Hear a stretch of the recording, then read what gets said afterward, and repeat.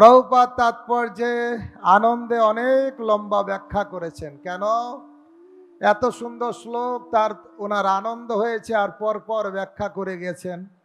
বিশেষ করে তিনি বলেছেন যারা জড় আসক্তি থেকে মুক্ত হতে চায় তাকে অবশ্যই শুদ্ধ ভক্তের সঙ্গ করতে হবে। এক হচ্ছে জড়র প্রতি আসক্তি, আর হচ্ছে কৃষ্ণ ভক্তের প্রতি আসক্তি। জড় আসক্তি ত্যাগ করে এই যে দিব্য গুণাবলী সম্পন্ন যেসব ভক্ত, তার প্রতি আমাদের আসক্তি বাড়াতে হবে। কারণ প্রহ্লাদ মহারাজ বলেছেন আমাদের স্বাভাবিকভাবে এই জড় জগতে এসে স্বাভাবিকভাবে আসক্তি জড় জগতের প্রতি আসে। কিভাবে?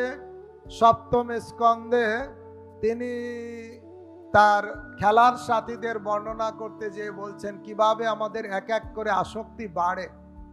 প্রথমে কি হয়, যৌবনে যখন ধন উপার্জনে হইনু বিপুল কামী, ধর্ম সরিয়া গৃহিণীর কর তখন ধরি নাম আমি, ভক্তিবিনোদ ঠাকুরের পর। অর্থাৎ এই জগতে আসলাম, লেখাপড়া করে টাকা পয়সা ইনকাম করলাম। লেখাপড়া কেন করলাম? আর্নিং এর জন্য না লার্নিং এর জন্য? আর্নিং এর জন্য।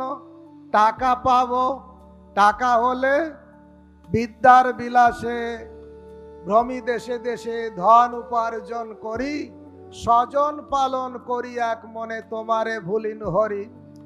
উদ্দেশ্য টাকা ইনকাম হবে আর সুন্দর নারী হবে।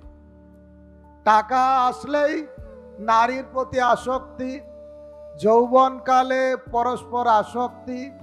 প্রহ্লাদ মহারাজ উপদেশ দিচ্ছেন খেলার সাথীদের আসক্তি কি করে এক এক করে বাড়ে। প্রথমে বিপরীত লিঙ্গের প্রতি আকর্ষণ, আর আকর্ষণের সঙ্গে সম্বন্ধ।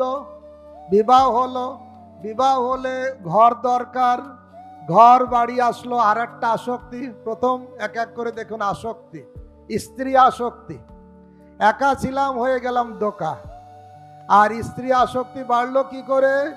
এক পাকে না 7 পাকে বাঁধা। কয় পাকে বাঁধা? পুরুষ দাঁড়িয়ে থাকে 7 বার ঘুরে ঘুরে একেবারে হেভি টাইট করে বেঁধে দেয়। ওই হৃদয়ং তদিয়ম তদিয়ম হৃদয়ম কি সব শ্লোক বলে, একদম পরস্পর হৃদয় দিয়ে আবদ্ধ। প্রথম আসক্তি। দ্বিতীয় আসক্তি ঘর। স্ত্রী মানে কি? ভালো ঘর বানাতে হবে। প্রভুপাদ যখন বিদেশে গিয়েছেন বড় বড় বিল্ডিং দেখে বলছেন, বলো তো বড় বড় বিল্ডিং কেন? বলছে ওরা থাকবে বলে। বলে না, স্ত্রী সঙ্গ করার জন্য এত বড় বড় বিল্ডিং। উদ্দেশ্য একটাই। স্ত্রী আসক্তি বাড়লো, তারপরে বাড়লো ঘর, ঘরের সঙ্গে সঙ্গে টাকা পয়সা, তারপরে আসবে সন্তান। প্রহ্লাদ মহারাজ বলছে ছোট সন্তানের জন্ম হবে আর শুধু আদো আদো বুলি বলে বাবা বাবা, আর বাবা মা একদম ভুলে যাবে। এসব এক এক করে আসক্তি। প্রহ্লাদ মহারাজের উপদেশ, হিত্তাত্মপাতম গৃহ অন্ধকূপম বনম গতম যদ হরিমাশ্রয়েত, এসব ত্যাগ করে দিয়ে বনে যাওয়ার কথা বলেছেন। বনে গেলে তো রয়্যাল বেঙ্গল টাইগার খাবে, আর বৃন্দাবনে গেলে তো রাস্তায় থাকতে দেবে না, ফ্ল্যাট বাড়ি লাগবে। তাহলে বন আর কোথায়? এই জন্য মহাপ্রভুর ভাব হচ্ছে বন হচ্ছে হৃদয়। আনে হৃদয় মন মোর মন বৃন্দাবন, মনে বনে এক করি জানি তাহাতে তোমার পাদদয়, করাহ যদি উদয় তবে মোর সার্থক জীবন মানি।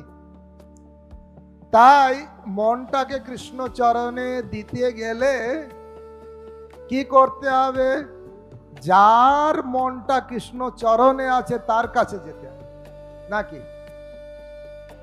যার মনটা কৃষ্ণ চরণে আছে তার কাছে গেলে মনটা কৃষ্ণ চরণে যাবে। আমি অনেক সময় উদাহরণ দেই, কিছুদিন আগে সবার অভিজ্ঞতা আছে। করোনা রোগীর কাছে গেলে কি হতো? করোনা রোগ হয়ে যাবে, এই যাবি না যাবি না। সেই জন্য অনেক বাবা মারা ভয় পায়, সব জায়গায় নিয়ে যেতে চায়, মায়াপুরে নিয়ে যেতে চায় না ছেলে মেয়ে। কারণ এদের সাধুর যদি ছোঁয়া পড়ে যায় তাহলে তো আমার ছেলে যদি ঘর ছেড়ে দেয় বড় চিন্তা। কারণ সাধু সঙ্গে ভগবত ভক্তি অর্জন করা যায়। ভাগবতে তাই বলছেন, দুর্লভ মানুষ জন্ম দেহি নাম ক্ষণভঙ্গুর। মনুষ্য দেহ দুর্লভ, দেহ ক্ষণভঙ্গুর, তত্রাপি দুর্লভ মন্যে। তার থেকে দুর্লভ আর একটা জিনিস, মনুষ্য জীবন পেয়েও পশুর স্তরে থাকবো যদি আর একজনের সঙ্গ না করব। কার সঙ্গ? স্ত্রীর সঙ্গ, ছেলের সঙ্গ, পরিবারের সঙ্গ, না সাধু সঙ্গ? সাধু সঙ্গ। এই জন্য শাস্ত্রে বলছে সাধু সঙ্গ সর্বশাস্ত্রে কয়, লবমাত্র সাধু সঙ্গে সর্বসিদ্ধি হয়।